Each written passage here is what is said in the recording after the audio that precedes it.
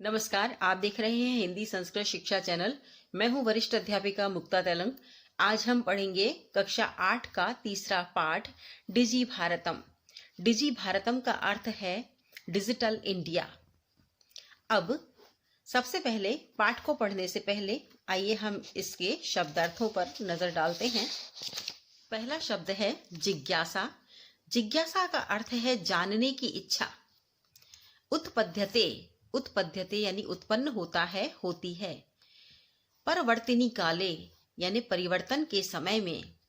अनंतरम बाद में। करगदस्य कागज का, ये षष्ठी विभक्ति का रूप है। प्रविधि, प्रविधि मानी तकनीक या विधि। चल दूरभाष यंत्रम, चल दूरभाष यंत्रम का अर्थ है मोबाइल फोन। रेल यान यात्रा पत्रम, रेल यान में जाने के लिए जो हमें यात्रा पत्र मिलता है यानी रेलवे का जो टिकट मिलता है उसे कहते हैं रेल यान यात्रा पत्रम। वायुयान यात्रा पत्रम, वायुयान की यात्रा के समय जो हमें पत्र मिलता है यानी कागज का जो टिकट मिलता है उसे हम कहते हैं हवाई जहाज का टिकट। सौकर्येण, सौकर्येण यानी आसानी से, सुगमता से। अब है संदर्श्य, संदर्श्य का अर्थ है दिखलाकर। उसके बाद है चिकित्सालय। चिकित्सालय का मतलब अस्पताल, जहां हमारा उपचार होता है। वस्त्र पुटके, वस्त्र पुटके यानी कपड़े की जेब में या वस्त्रों की जेब में। द्रुत गत्या, तीव्र गति से। शुल्कम, शुल्कम यानी फीस। हम कहीं भी कोई भी कार्य करते हैं या कुछ सीखते हैं या पढ़ने जाते हैं तो किसी भी कार्य का हमें शुल्क देना पड़ता है यानी फीस देनी पड़ती है। अब हम इस पाठ के हिंदी अनुवाद को देखते हैं। डिजी भारतम यानी डिजिटल इंडिया। प्रस्तुत पाठ डिजिटल इंडिया के मूल भाव को लेकर लिखा गया है। यह जो पाठ है वो डिजिटल इंडिया के मूल भाव को लेकर लिखा गया है। जैसा कि आज आप देख रहे हैं कि हमारे सभी कार्य इंटरनेट के माध्यम से हो रहे हैं और इंटरनेट के माध्यम से हमारे सभी कार्य बहुत ही आसानी से, सुगमता से हो रहे हैं। साथ ही साथ इंटरनेट पर अधिक कार्य करने के कारण, कंप्यूटर पर अधिक कार्य करने के कारण हम कागजों पर बहुत कम काम कर रहे हैं और कागजों की जो बर्बादी है वो बहुत कम हो रही है। यानी कागज जो है वो बनता है पेड़ों से और कागजों को बनाने के लिए पेड़ों की कटाई होती है। तो जब कागज का उपयोग हम कम से कम करेंगे तो पेड़ों की सुरक्षा निश्चित हो सकेगी। इसीलिए पेड़ों को बचाने के लिए, पर्यावरण की सुरक्षा के लिए हमें कागज का उपयोग कम करके बल्कि हमें इंटरनेट के माध्यम से सभी जगह के जो काम हैं, बैंक के हैं, रेलवे के हैं, हवाई जहाज के हैं या अन्य कोई जो काम है वो हमें इंटरनेट के माध्यम से करने चाहिए। तो इसमें बताया गया है कि वैज्ञानिक प्रगति के उन आयामों को छुआ गया है जिसमें हम एक क्लिक द्वारा बहुत कुछ कर सकते हैं। इस पाठ में ये बताया है कि एक क्लिक के माध्यम से हम बहुत कुछ कर सकते हैं। एक क्लिक के माध्यम से हम कोई भी जानकारी प्राप्त कर सकते हैं। एक क्लिक के माध्यम से हम रेलवे बस का टिकट बुक कर सकते हैं, हवाई यात्रा का टिकट बुक कर सकते हैं, होटल इत्यादि बुक कर सकते हैं। बहुत सारा सामान जो हमें दैनिक आवश्यकता का होता है वह भी हम इंटरनेट के माध्यम से मंगा सकते हैं और जितना भी पेमेंट है वो हम सब इंटरनेट के माध्यम से कर सकते हैं। तो अब हमको जगह जगह पर पैसे अपनी जेब में लेकर घूमने की आवश्यकता नहीं है। ना ही चोरी का डर है और ना ही पैसे गुमने का डर है और ना ही ये डर है कि हम गिनते समय पैसे किसी को अधिक ना दे दें या पैसे हमारे कहीं इधर उधर ना हो जाएं। तो हमें इतना ध्यान रखने की भी आवश्यकता नहीं है। हमारे पास डेबिट कार्ड, क्रेडिट कार्ड होते हैं जिनकी सहायता से हम कहीं भी पेमेंट कर सकते हैं। और इसके अलावा डेबिट कार्ड, क्रेडिट कार्ड अगर हमारे पास ना भी है तो भी हम इंटरनेट बैंकिंग के माध्यम से अपने मोबाइल फोन से ही सारा पेमेंट कर सकते हैं और हर जगह हर तरह का पेमेंट मोबाइल के माध्यम से हो सकता है। तो ये बताया गया है कि एक क्लिक की दूरी पर हमारे पास सभी सूचनाएं हैं। तो और बस हमें आवश्यकता है कि उन सूचनाओं को किस तरह से प्राप्त किया जा सकता है इसके बारे में हम जाने। तो इसीलिए डिजी भारतम यानी डिजिटल इंडिया का ये पाठ हमारे पाठ्यक्रम में दिया गया है। ये पाठ निबंधात्मक है यानी एक निबंध के रूप में है। आज इंटरनेट ने हमारे जीवन को कितना सरल बना दिया है।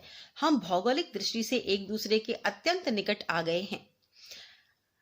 हम जैसे कि बहुत दूर दूर निवास करते हैं, जहां जाने आने में काफी समय लगता है, किंतु इंटरनेट के माध्यम से ऐसा लगता है कि हम बहुत ही नजदीक आ गए हैं। हम तुरंत ही आपस में किसी भी समय, कभी भी, कहीं भी बात कर सकते हैं और कहीं भी किसी भी प्रकार से हम पेमेंट कर सकते हैं, कोई भी सामग्री मंगवा सकते हैं।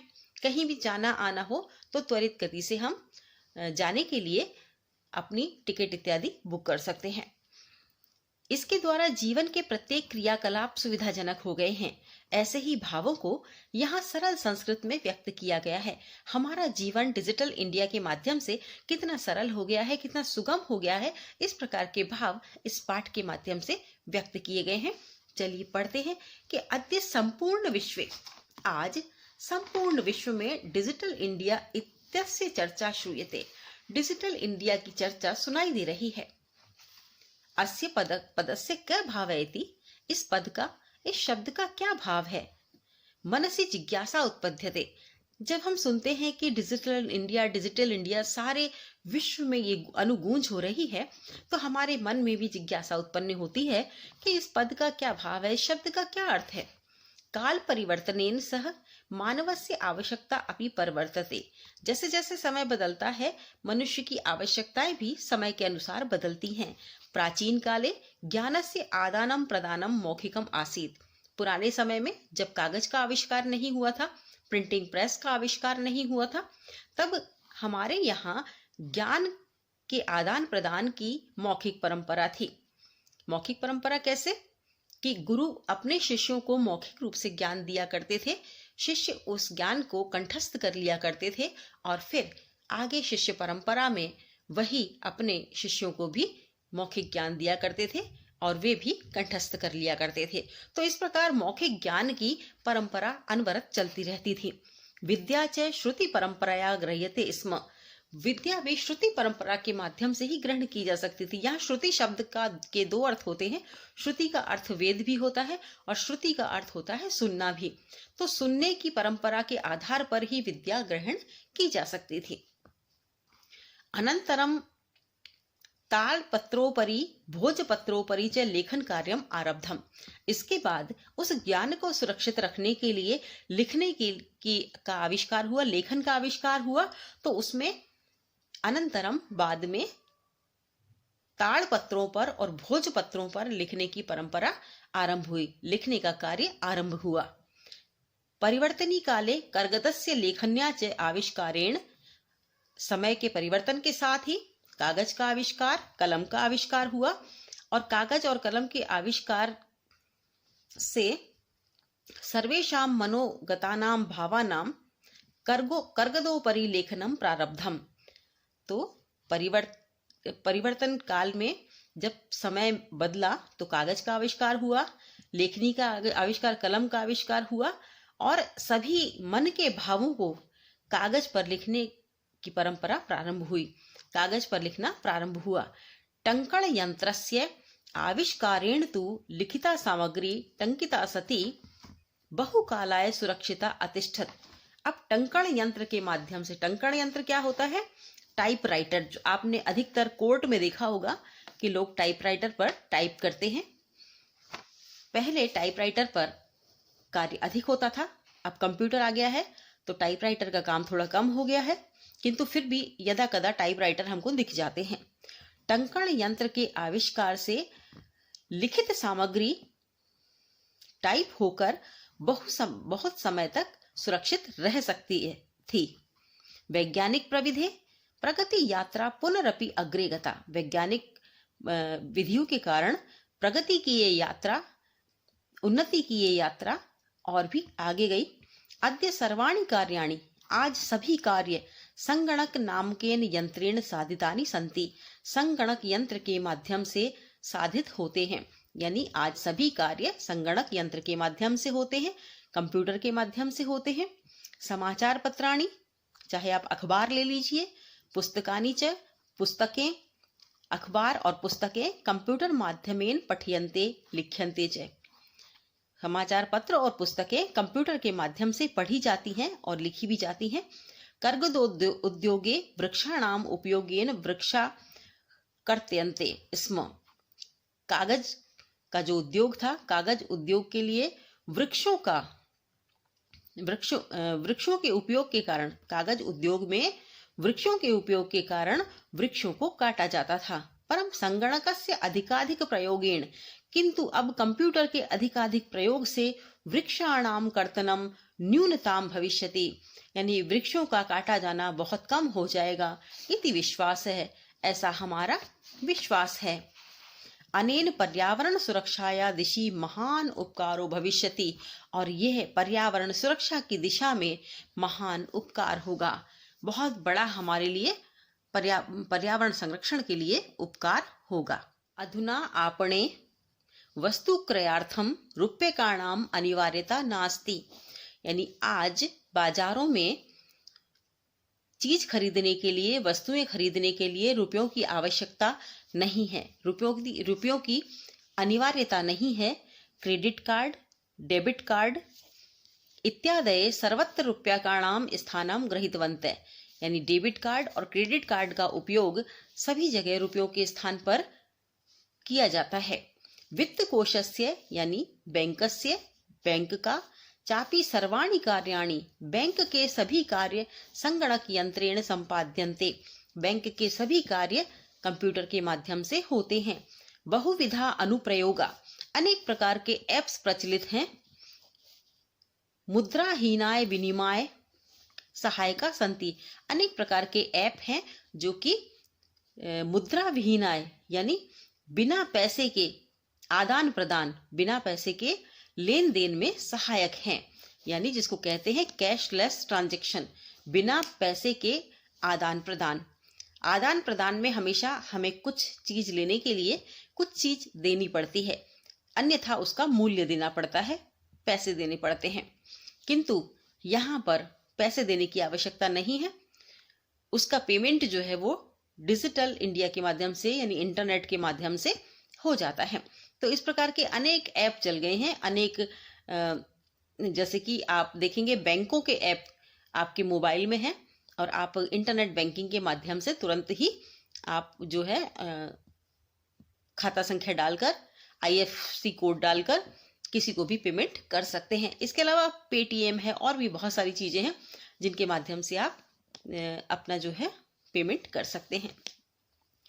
कुत्रापि यात्रा करणीया भवेत्, कहीं आपको यात्रा करनी है, रेल यान यात्रा पत्रस्य वायुयान यात्रा पत्रस्य अनिवार्यता अद्य नास्ति। अब रेल यान का टिकट लेने की या वायुयान के टिकट लेने की अनिवार्यता अब नहीं है। सर्वाणि पत्राणि अस्माकं चल दूरभाष यंत्रे ईमेल इति स्थाने सुरक्षितानि भवन्ति। सभी पत्र हमारे मोबाइल में ईमेल नामक स्थान पर सुरक्षित रहते हैं, यानी संदर्श्य वयम सौकर्येण यात्राया आनंद ग्रहीम, जिसे दिखाकर हम सुखपूर्वक यात्रा का आनंद लेते हैं। चिकित्सालय अपि उपचारार्थम रूप्यकाणाम आवश्यकता अद्य नानुभूयते। चिकित्सालय में, अस्पतालों में भी उपचार के लिए रुपयों की आवश्यकता आज महसूस नहीं होती है, क्योंकि पहले जब भी हम अस्पताल जाया करते थे तो बहुत सारे रुपए लेकर जाया करते थे कि दवाइयों के लिए हमें रुपयों की आवश्यकता पड़ सकती है। किंतु आज हमें रुपयों के बारे में इतना सोचने की आवश्यकता नहीं है। हम अपना ATM, debit card, credit card लेकर जा सकते हैं और उससे अपना इलाज करवा सकते हैं और पेमेंट जो है वो ऑनलाइन दे सकते हैं। तो कहते हैं कि डेबिट कार्ड, क्रेडिट कार्ड के कारण हमें रुपयों को ले जाने की आवश्यकता नहीं है। ई बैंक माध्यमेन शुल्कम प्रदातुम शक्यते। ई बैंक के माध्यम से हम शुल्क देने में सक्षम हैं। तद्दिन नाति दूरम यदा वयम हस्ते एकमात्र चल दूरभाष यंत्रम आदाय सर्वाणि कार्याणि साधितुम समर्था भविष्यामः। तद्दिन नाति दूरम, वह दिन दूर नहीं है, यदा वयम, जब हम हस्ते एकमात्रम, हाथ में एकमात्र चल दूरभाष यंत्रम आदाय, यानी मोबाइल को लेकर सर्वाणि कार्याणि साधयितुम समर्था भविष्यामि, मोबाइल को लेकर चलेंगे और सभी कार्य संपादित करने में समर्थ होंगे। वस्त्रपुटके यानी जेब में रूप्यकाणाम आवश्यकता न भविष्यति, जेब में रुपयों को रखने की आवश्यकता नहीं होगी। पासबुक चेकबुक इत्यनयो आवश्यकता न भविष्यति, पासबुक और चेकबुक दिखाने की भी आवश्यकता नहीं होगी और पासबुक और चेकबुक लेकर चलने की भी आवश्यकता नहीं होगी। पठनार्थम पुस्तकानाम समाचार पत्राणाम अनिवार्यता समाप्त प्राय भविष्यति, पढ़ने के लिए पुस्तकों की और समाचार पत्रों की जरूरत समाप्त हो जाएगी।